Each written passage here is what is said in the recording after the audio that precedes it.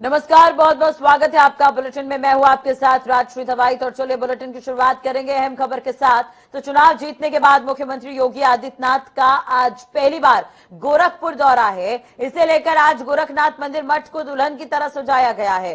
साथ ही शहर के अलग अलग इलाकों में भी सजावट की गई है। यूपी का कार्यकारी मुख्यमंत्री प्रभार सीएम योगी 4 दिवसीय गोरखपुर दौरे पर पहुंचे हैं। गोरखनाथ मंदिर पहुंचने के बाद अपने गुरुओं की आशीर्वाद लेते हुए नजर आए। इसके बाद सीएम गोरखपुर के पांडे हाता और गुलरीहा में होलिका दहन कार्यक्रम में शामिल होंगे। फिर इसके अगले दिन यानी कि 18 मार्च को मंदिर में ही रहेंगे और 19 मार्च को घंटाघर से निकलने वाले भगवान नरसिंह की शोभा यात्रा में शामिल होंगे और 20 मार्च को गोरखपुर से रवाना हो जाएंगे।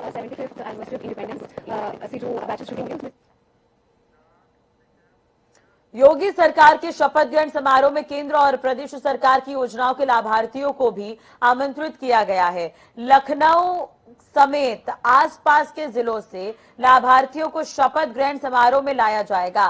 खास तौर पर महिला लाभार्थियों को समारोह में शामिल किया जाएगा। मुख्यमंत्री योगी आदित्यनाथ के नेतृत्व में बीजेपी सरकार का दूसरा शपथ ग्रहण समारोह शहीद पद स्थित इकाना स्टेडियम में होगा। शपथ ग्रहण समारोह में मुख्यमंत्री योगी के साथ उप मुख्यमंत्री, कैबिनेट मंत्री, राज्य मंत्री, स्वतंत्र प्रभार और राज्य मंत्री शपथ लेंगे। प्रधानमंत्री नरेंद्र मोदी, गृह मंत्री अमित शाह, रक्षा मंत्री राजनाथ सिंह, बीजेपी अध्यक्ष जेपी नड्डा समेत केंद्र सरकार के मंत्री, बीजेपी शासित राज्यों के मुख्यमंत्री, संघ और बीजेपी के वरिष्ठ पदाधिकारी शपथ ग्रहण समारोह में शामिल होंगे। शासन ने इकाना स्टेडियम में 21 या 22 मार्च को प्रस्तावित शपथ ग्रहण समारोह की तैयारियां शुरू कर दी है। योगी सरकार के शपथ ग्रहण समारोह में केंद्र और प्रदेश सरकार की योजनाओं के लाभार्थियों को भी आमंत्रित किया गया है। लखनऊ समेत आसपास के जिलों से लाभार्थियों को शपथ ग्रहण समारोह में लाया जाएगा। खासतौर पर महिला लाभार्थियों को समारोह में शामिल किया जाएगा। प्रचंड बहुमत के साथ सत्ता में वापसी करने वाले मुख्यमंत्री योगी आदित्यनाथ की शपथ ग्रहण समारोह जल्द होने वाला है। हाँ, लेकिन इसको लेकर के अभी तारीख फिक्स नहीं की गई है, लेकिन जो जगह की तलाश है वो पूरी कर ली गई। हम इस वक्त मौजूद है लखनऊ के इकाना स्टेडियम में, जहां पर आप देख पा रहे हैं यहाँ पर मुख्यमंत्री योगी आदित्यनाथ के शपथ ग्रहण का समारोह आयोजित किया जाएगा, जिसको लेकर के तैयारियां यहाँ पर जोरों पर चल रही है। आप देख पा रहे हैं किस तरीके से जेसीबी मशीन के द्वारा यहाँ पर मैदान को समतल किया जा रहा है। इसके साथ ही जो तमाम पुलिस के जवान है उनको यहाँ पर तैनात किया गया है। आपको बता दें, इसी इकाना स्टेडियम में मुख्यमंत्री योगी आदित्यनाथ अपने दूसरे कार्यकाल का शपथ ग्रहण समारोह आयोजित करेंगे, जिसको लेकर के तमाम विपक्ष के जो नेता हैं उनको भी आमंत्रित किया गया। हालांकि अभी तारीख निश्चित नहीं की गई, लेकिन जो तलाश थी जगह की वो जरूर पूरी कर ली गई है। जनता टीवी से अभिषेक कुमार यादव।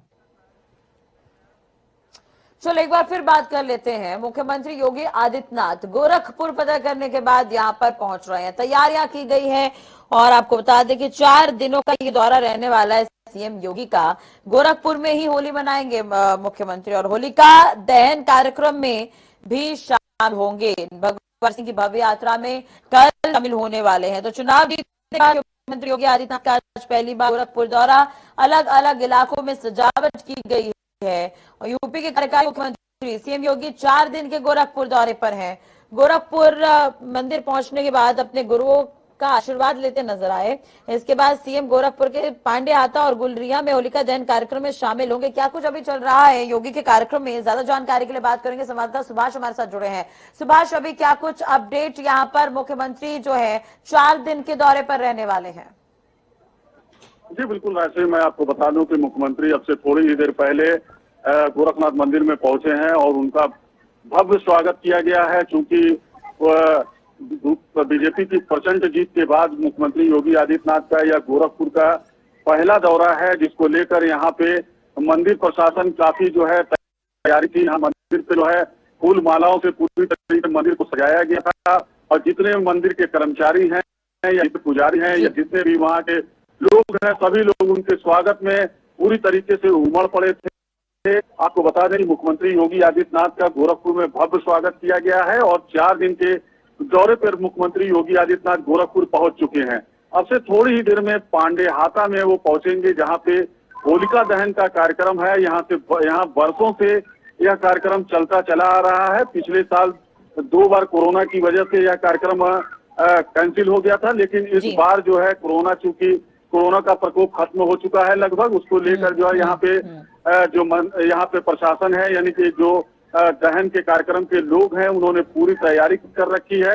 अब से थोड़ी देर में यहाँ पे पांडेयाता में मुख्यमंत्री योगी आदित्यनाथ पहुंचेंगे और यहाँ पे फूलों की होली होगी, जिसमें लोग एक दूसरे को फूल फेंकेंगे और एक दूसरे से जो है फूल फेंक कर गले मिलेंगे। और चलिए, कुल मिलाकर होली का त्योहार मनाने के लिए यहाँ पर गोरखपुर पहुंचे हुए हैं योगी आदित्यनाथ और गोरखनाथ मंदिर पहुंचने पर उन्होंने गुरुओं का आशीर्वाद भी लिया था। तस्वीरें भी हम आपको दिखा रखे हैं। अब हाथा का कार्यक्रम है, इस पर नजर बनाए रखिएगा। बहुत बहुत शुक्रिया सुभाष, तमाम जानकारी और बातचीत के लिए। चलिए बात मथुरा की, तो होली इस समय पूरे चरम पर है। जहां देखो वहां पर हर तरफ होली का ही खुमार देखने को मिल रहा है। होली का ऐसा रंग चढ़ा है कि मथुरा में क्या बाजार, क्या मंदिर, सब जगह होली ही होली। और मथुरा के प्रसिद्ध द्वारकाधीश मंदिर की भी यहाँ पर होली देखने को मिल रही है। हजारों लोगों ने एक साथ मिलकर होली का त्योहार मनाया है। होली का ऐसा नजारा जैसे पूरा यूपी गुलाल से रंगा गया हो।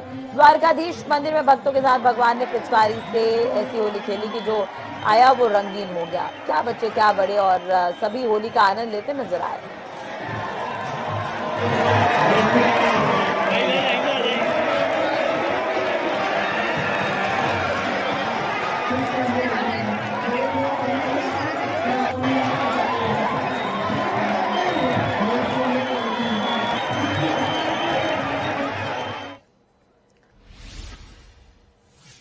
पूरे विश्व में होली की धूम है और होली को एक बड़े महोत्सव के रूप में अलग अलग तरीके से पूरे देश और विदेशों में भी मनाया जाता है, जिसमें होलिका दहन करने के बाद रंग और गुलाल एक दूसरे को लगाकर पुरानी रंजिश को खत्म करने की शुरुआत मानी जाती है। मार्केट में अलग अलग तरह के गुलाल मौजूद है और ऐसे समय में कुछ केमिकल वाले गुलाल भी मार्केट में देखे जा रहे हैं और ये रंग और गुलाल आम व्यक्ति की त्वचा के साथ भारी नुकसान पहुंचाता है। और यही वजह है कि ऐसे समय में नकली केमिकल युक्त रंगों की वजह से लोगों को होली पर कुछ सावधानियां बरतने की आवश्यकता हो जाती है।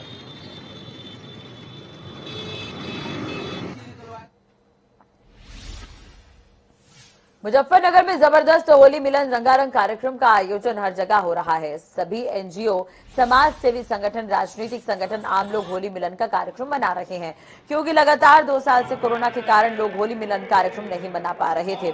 वहीं इस बार लोगों ने यहां पर होली को लेकर जबरदस्त उत्साह दिखाया है और होली मिलन रंगारंग कार्यक्रम चल रहा है।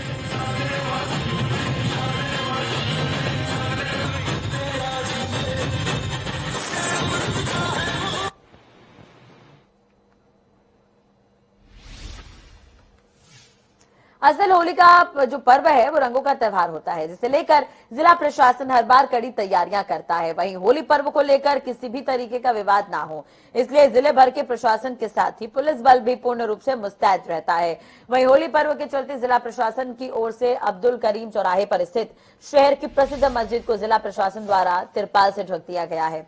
आपको बता दें कि अब्दुल करीम चौराहे के आसपास मिश्रित आबादी है। होली पर रंग व गुलाल तो उड़ाया जाता है, वहीं त्योहार के चलते समुदाय विशेष को कोई परेशानी ना हो, इसलिए अब्दुल करीम चौराहे की प्रसिद्ध मस्जिद को ढक दिया गया है। साथ ही व्यवस्था को बनाए रखने के लिए मस्जिद के निकट पुलिस बल और अधिकारी जो है वहां पर तैनात रहेंगे। जानकारी देते हुए स्थानीय लोगों ने भी बताया कि मस्जिद पर किस तरह का रंग ना पड़े, इसलिए मस्जिद को जिला प्रशासन ने ढका है। मस्जिद इसलिए कवर की जाती है ताकि यहाँ पर जो रंग खेला जाता है, रंग खेलने की वजह से किसी सूरत से यहाँ पर रंग ना आए, जिसकी वजह से मुसलमानों को कोई तकलीफ हो, मुसलमानों को कोई ऑब्जेक्शन हो। यहाँ पर हमारे मस्जिद पर इन्होंने इस तरीके से रंग डाला है, इस तरीके से किसी को कोई ऑब्जेक्शन ना हो, हिफाजत के तौर पर डाला है। तो फाल्गुन में होली की रंगत पूरे देश में दिखाई दे रही है, लेकिन ब्रज में इसकी छटा अलग ही जान पड़ती है। ताज नगरी आगरा में भी होली को लेकर बाजारों में रौनक है। इस बार ये रौनक भारतीय जनता पार्टी की प्रचंड जीत से और गहरी दिखाई प्रतीत होती है। आगरा के बाजारों में इस बार भगवा रंग की डिमांड ज्यादा दिखाई दे रही है। उत्तर प्रदेश में बीजेपी ने जो प्रचंड जीत विधानसभा चुनाव में हासिल की है, उसका असर होली पर भी साफ देखा जा रहा है। आज भी ब्रज में होली अरे रसिया, और हम आगरा में हैं, ब्रज में हैं, और यहाँ पर आप देखते हैं गुलाल है, हर तरीके का गुलाल है, लेकिन इस बार होली की रंगत कुछ अलग ब्रज में दिखाई दे रही है। इसका कारण है भारतीय जनता पार्टी ने जो प्रचंड जीत हासिल की है, तो केसरिया जो कलर है वो लगातार यहाँ पर बड़ी संख्या में लोगों द्वारा खरीदा जा रहा है। हम लोगों से बात करते हैं, यहाँ पे कुछ लोग होली पर कैसा है? क्यों सर, क्या क्या माहौल दिखाई दे रहा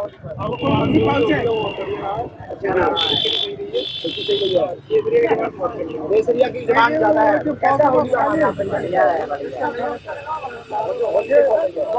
होली सही है, केसरिया की डिमांड लगातार बढ़ती दिखाई दे रही है, क्योंकि भाजपा ने उत्तर प्रदेश में तो प्रचंड जीत हासिल की है, तो उसका असर होली में भी दिखाई दे रहा है। अब देखना होगा कि आने वाली होली में ये भगवा रंग कितना और गहरा करता है। चलिए बात कर लेते हैं उत्तराखंड की खबरों की। तो 2022 के उत्तराखंड विधानसभा चुनाव में बीजेपी को जबरदस्त जीत मिली है, लेकिन बीजेपी ने सत्ता पर तो कब्जा कर लिया है, लेकिन सीएम पुष्कर सिंह धामी को खटीमा विधानसभा से हार का सामना करना पड़ा। अब धामी के चुनाव हारने के बाद अब एक बड़ा सवाल खड़ा हो गया है कि सीएम का चेहरा कौन होगा उत्तराखंड में। अब इस सवाल को लेकर दिल्ली में भी लगातार मंथनों का दौर देखने को मिल रहा है, दावेदारियां भी सामने आ रही है। आखिर उत्तराखंड का नया मुख्यमंत्री कौन होगा, ये बड़ा सवाल है। दिल्ली से लेकर बैठकों के कई दौर चले, लेकिन अब तक कुछ तय नहीं हो सका है। यहाँ बीजेपी कई सवालों के जवाब तलाशने की कोशिश कर रही है, और पिछले राज्य में तीन सीएम बदलने पड़े थे, इसलिए इस बार बीजेपी सोच समझकर अपना सीएम चेहरा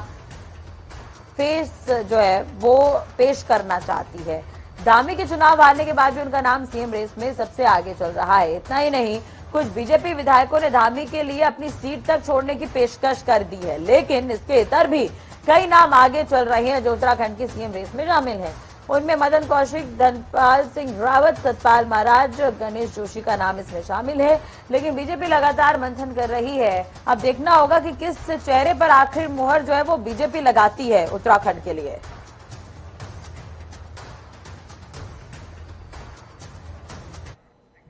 उत्तराखंड कांग्रेस के हाथ सत्ता तो नहीं आई, वहीं अब नेताओं की बयानबाजी से प्रदेश भर में किरकिरी जमकर हो रही है, जिसे देखते हुए कांग्रेस आला कमान ने अश्विनी पांडे की तैनाती उत्तराखंड प्रदेश में की है। अब प्रदेश में दूसरी तरफ निवर्तमान नेता प्रतिपक्ष प्रीतम सिंह ने जनता टीवी से खास बातचीत में सब कुछ ठीक होने का दावा किया है। उत्तराखंड कांग्रेस में 10 मार्च के बाद से जिस तरह की उठापटक बयानबाजी चल रही है, उसको लेकर अब हाईकमान भी सक्रिय हो गया है। प्रदेश अध्यक्ष गणेश गोदिया से इस्तीफा मांगा गया और नैतिकता के आधार पर इस्तीफा सौंपा भी जा चुका है। नेता प्रतिपक्ष प्रीतम सिंह जी इस वक्त हमारे साथ हैं। सर, जो पूरी 10 मार्च के बाद उठापटक शुरू हुई है, बयान कई तरह के आने लगे, आप किस तरह से देखते हैं? देखिए, क्योंकि हम परास्त हुए हैं तो कई बार आदमी कुछ बात कह देता है, लेकिन मैं सभी से यही आग्रह करना चाहूंगा कि जो भी बात इसको कहनी है पार्टी प्लेटफॉर्म पर अगर हम कहें तो ज्यादा बेहतर है। आप नेता प्रतिपक्ष है, नेता प्रतिपक्ष बनाने को प्रतिपक्ष वर्तमान में नहीं जी, जिस तरह की जिम्मेदारी आपको थी नेता प्रतिपक्ष की, अब नया समीकरण बैठ रहे हैं, नए लोग अपनी जिम्मेदारी बता रहे हैं कि हमको मौका मिलना चाहिए, प्रदेश अध्यक्ष को लेकर भी इस तरह की बातें हैं। जिसको भी जिम्मेदारी मिलेगी हम उनके साथ हैं। आप क्या कुछ कहेंगे? लंबा अनुभव रहा है राजनीति का, संगठन से लेकर सरकार तक आपने देखी है, आगे किस तरह का माहौल हो सकता है? देखिए, हम चुनाव पराजित हुए हैं और लोकतंत्र में ये सब चीजें चलती रहती हैं। हम पराजित हुए हैं, लेकिन इसका मतलब ये थोड़ी है कि कांग्रेस जो है घर बैठ जाएगी। हम पराजित हुए हैं, नए जोश के साथ हम फिर से जो है मैदान में आएंगे। आप संगठन के अध्यक्ष रहे हैं प्रीतम जी, और जिस तरह से गणेश गोदियाल जी ने इस्तीफा सौंपा है, बोला जाता है कार्यकारिणी पूरी तरह से भंग हो जाते हैं, लेकिन अब ये नई बात उठ रही है कि सभी इस्तीफा दे, सभी नैतिकता संभाले, सामूहिक नेतृत्व। नहीं, देखिए, इसमें तो मैं समझता हूँ कि राष्ट्रीय अध्यक्ष सोनिया गांधी जी ने कहा कि 5 प्रदेश में जहां हम हारे हैं उनके अध्यक्ष जो है वो इस्तीफा दे, तो दिया है हमारे साथियों ने। और कमोबेश जो है, अब तो जब अध्यक्ष ने इस्तीफा दे दिया तो उसके बाद फिर बचता है क्या? जो बयानबाजी हो रही है उसको लेकर प्रीतम सिंह जी क्या सोचते हैं, क्या कुछ कहेंगे? देखिए, मैं तो एक ही बात कहना चाहता हूँ कि अविनाश पांडे जी को जो है राष्ट्रीय नेतृत्व ने जिम्मेदारी सौंपी है, वो आएंगे और इस पराजय के परिप्रेक्ष्य में जो है सभी से संवाद स्थापित करेंगे, तब अपनी अपनी बात हम कहें तो ज्यादा बेहतर है। अश्विनी पांडे जी पहले भी स्क्रीनिंग कमेटी के अध्यक्ष रहे हैं, पूरा चुनाव देखा उन्होंने, क्या लगता है उनके आने से फायदा होगा जिस तरह की बयानबाजी या तमाम आरोप प्रत्यारोप चल रहे हैं? नहीं, देखिए, आरोप प्रत्यारोप कोई किसी पर नहीं लगा रहा है। देखिए, जब पराजय होती है तो कई बार इस तरह की बातें होती है। आप निश्चिंत रहिए, कांग्रेस में हर चीज सामान्य है। आप अभी जब अविनाश पांडे जी आएंगे वो सबसे बात करेंगे, संवाद स्थापित करेंगे, सब लोग अपनी अपनी बात कहेंगे। उसके बाद ही तो एक मंथन के बाद ही तो एक नया रास्ता निकलेगा। उससे जब नया रास्ता निकलेगा तो उस रास्ते पर हम आगे बढ़ेंगे। निवर्तमान नेता प्रतिपक्ष प्रीतम सिंह जी, जिनका साफ तौर पर कहने कि अश्विनी पांडे जी को जिम्मेदारी सौंपी गई है, अब वो मंथन करेंगे और उसके बाद ही नया रास्ता निकलेगा और कांग्रेस पूरी तरह से मजबूत है और आगामी चुनावों को लेकर भी पूरी तरह से सजगता के साथ लड़ेगी। कैमरामैन रुपेश नेगी के साथ अजीत काम्बोज, जनता टीवी, देहरादून। उत्तराखंड में हर तरफ होली की धूम है। पूरे उत्तराखंड में धूमधाम के साथ होली मनाई जा रही है। पूर्व मुख्यमंत्री त्रिवेंद्र सिंह रावत ने भी अपने आवास पर कार्यकर्ताओं के साथ होली का जश्न मनाया है। पूर्व सीएम त्रिवेंद्र रावत ने अपने आवास पर पहाड़ी शैली में होली का त्यौहार मनाया, सबको शुभकामनाएं दी।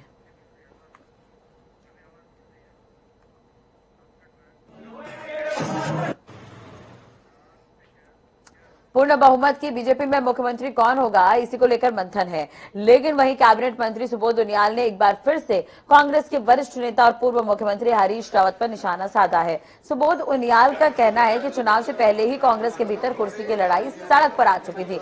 बची कुछ कसर हरीश रावत ने बयान से पूरी कर दी। कांग्रेस में नेताओं की दिलचस्पी सिर्फ अपने पद को लेकर है। अब जिसका नतीजा है कि चुनाव में एक के बाद एक कांग्रेस को हार का सामना करना पड़ रहा है। चलिए, इसी के साथ ही फिलहाल इस बुलेटिन में इतना ही। अपडेट्स के लिए आप देखते रहिए जनता टीवी। नमस्कार।